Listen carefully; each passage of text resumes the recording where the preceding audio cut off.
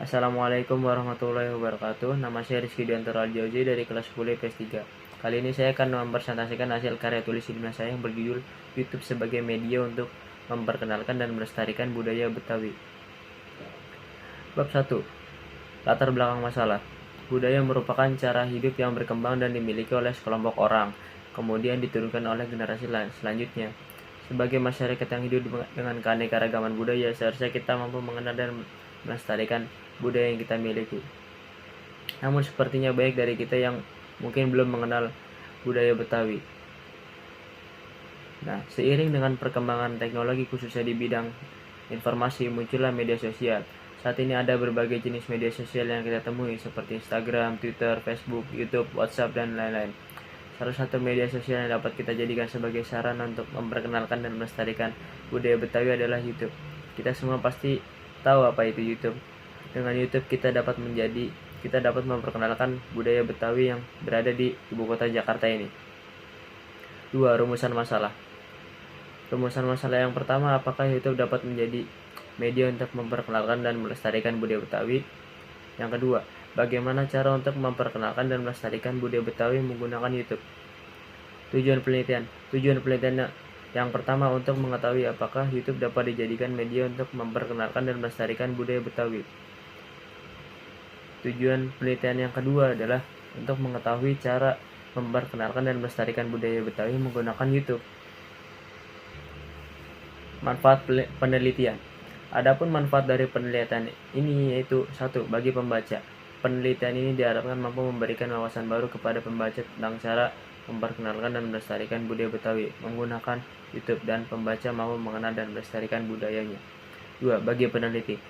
Adapun manfaat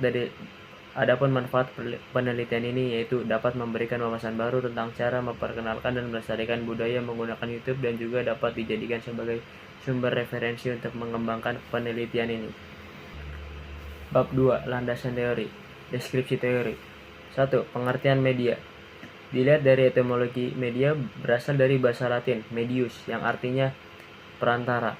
Pengertian media adalah suatu alat perantara atau pengantar yang berfungsi untuk menyalurkan pesan atau informasi dari suatu sumber kepada penerima pesan.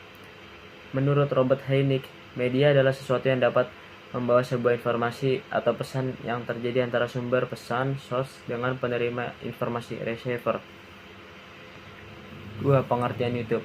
Menurut Miller 2009, YouTube adalah sebuah komunitas berbagi video yang berarti bahwa pengguna YouTube bisa mengupload dan melihat segala macam video klip online menggunakan web browser apapun.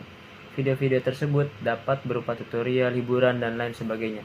YouTube didirikan oleh mantan pekerja PayPal Steve Chen, Chad Hurley, dan Jawed Karim pada 2005.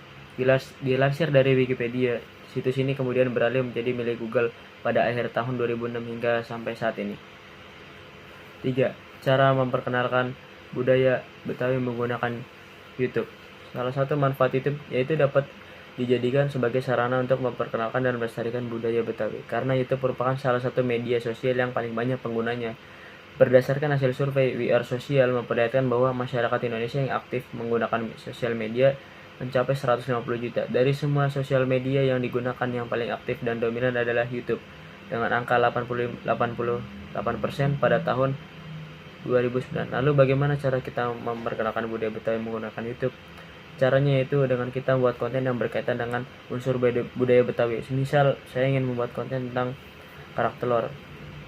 Isi konten YouTube itu bisa berupa cara membuat kerak telur, asal-usul kerak telur, dan lain-lain. 2. Penelitian yang relevan. Penelitian tentang memperkenalkan budaya Betawi dengan media YouTube telah dilakukan oleh peneliti sebelumnya. Berikut hasil penelitiannya. Dikutip dari Literasi Sinteks Jurnal Ilmiah Indonesia. Hasil dari penelitian ini menunjukkan bahwa YouTube memang dapat dijadikan sebagai media untuk memperkenalkan dan melestarikan budaya Betawi, karena YouTube dapat memperkenalkan dan mempromosikan budaya tanpa seseorang harus melihatnya secara langsung, dan melalui ini hal yang sebelumnya tidak dikenal dapat dikenal dan diketahui oleh masyarakat luas. 3. Kerangka berpikir. Berikut gambar di atas tentang kerangka berpikirnya. 4. Hipotesis tindakan. Hipotesis tindakan merupakan jawaban sementara terhadap masalah yang diteliti. Berdasarkan hasil penelitian di atas, telah ditentukan hipotesis tindakan, yaitu media YouTube dapat membantu memperkenalkan dan melestarikan budaya Betawi. Bab 3. Metode penelitian. 1. Jenis penelitian. Peneliti menggunakan jenis penelitian kualitatif. Penelitian kualitatif adalah penelitian yang mempunyai sifat deskriptif. Penelitian ini lebih cenderung menggunakan analisis. Dalam penelitian ini, proses dan makna lebih banyak ditonjolkan dengan menggunakan alasan teori sebagai panduan untuk fokus pada penelitian berdasarkan fakta yang ada di lapangan. Sumber data. Sumber data dari penelitian ini yaitu 1. Data sekunder. Data sekunder merupakan data di mana dikumpulkan secara tidak langsung oleh peneliti melalui buku, literatur, jurnal, serta situs di internet. 2. Data tersier. Data tersier merupakan data penunjang yang dapat memberi petunjuk terhadap data primer dan sekunder. Dalam hal ini, data tersier tersebut adalah Kamus Besar Bahasa Indonesia. Sumber data dari penelitian ini adalah berbagai artikel dan jurnal yang ada di internet mengenai YouTube sebagai media untuk memperkenalkan dan melestarikan budaya Betawi. 3. Metode pengumpulan data. Adapun metode pengumpulan data yang dipakai dalam penelitian ini adalah 1. Observasi. Observasi merupakan metode pengumpulan data yang dilakukan peneliti dengan cara mengamati objek secara langsung. 2. Dokumen. Dokumen merupakan sumber data yang digunakan untuk melengkapi penelitian berupa sumber tertulis, film, dan gambar. 3. Studi literatur. Metode ini dilakukan dengan cara mengumpulkan data dari buku, artikel, jurnal ilmiah, dan sumber lain yang kredibel dan dapat dipercaya. 4. Analisis data. Metode analisa data yang digunakan dalam penelitian karya ilmiah ini adalah metode penelitian kualitatif naratif, yaitu mencari berbagai macam data yang bersumber dari pengamatan lapangan, kajian dokumen, catatan lapangan, dan lain-lain. Berikut adalah daftar pustaka.